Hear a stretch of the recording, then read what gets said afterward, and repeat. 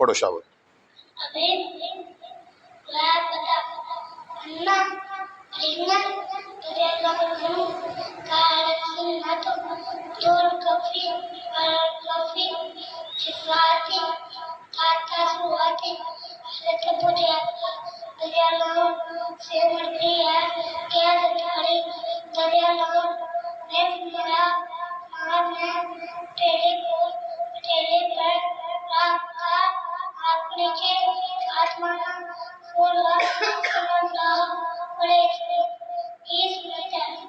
سبحان اللہ. حضرت ابو جحیفہ رضی اللہ تعالیٰ عنہ ہو چکے. اے بچے دا قد ویکھو تے دا سسٹم ویکھو تے ایندا وزن ویکھو تے گل جڑی انہیں کیتی ہے وہ میں تانوں سنا دینا. بیٹھ.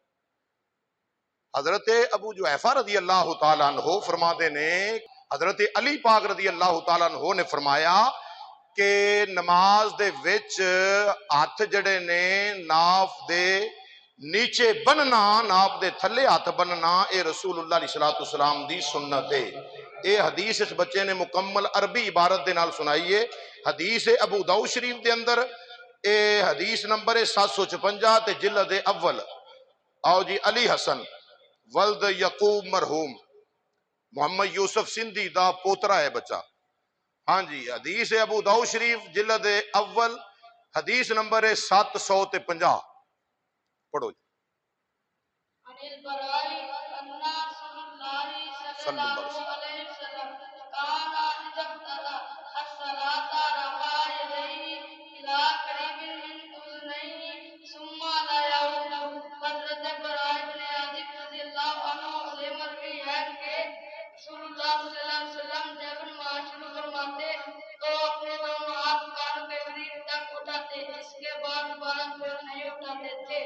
سبحان اللہ سبحان اللہ سبحان اللہ تے آشڑو کہ تواڈے ہی بال نے. میں کوئی اپنے علاقے چوں نہیں لے کے آیا ہے. یہ تواڈے بچے نہیں کوئی حوصلہ افزائی کری دی ہوندی. کچھ نہ کریے تے سبحان اللہ کہنا چاہیے. اے بچہ انہیں حدیث شریف ابو داؤد شریف جلد اول حدیث نمبر 750 اے پڑھیے کہ نبی کریم صلی اللہ تعالی علیہ وسلم افتتاح یعنی پہلی تکبیر جڑی افتتاح نماز اللہ اکبر کہندے ہاں پہلی تکبیر دے وچ ہاتھ اٹھاندے سن تے دوبارہ پوری نماز دے وچ ہاتھ نہیں سن اٹھاندے. اس بچے دے بارے کی تصور کرو گے؟ انہوں اللہ زندگی دے وے 100 سال اے کوئی جائے گا دوسرے پاسے؟ اے ساڈا قصور ہے. ساڈے تے 302 ہے. اگے آؤ جی. علی رضا احسن شاہد بابے لیاقت ولد لال دین ادا پوتا شاہد علی دا بیٹا پڑھ نسائی شریف جلد اول حدیث نمبر 1185.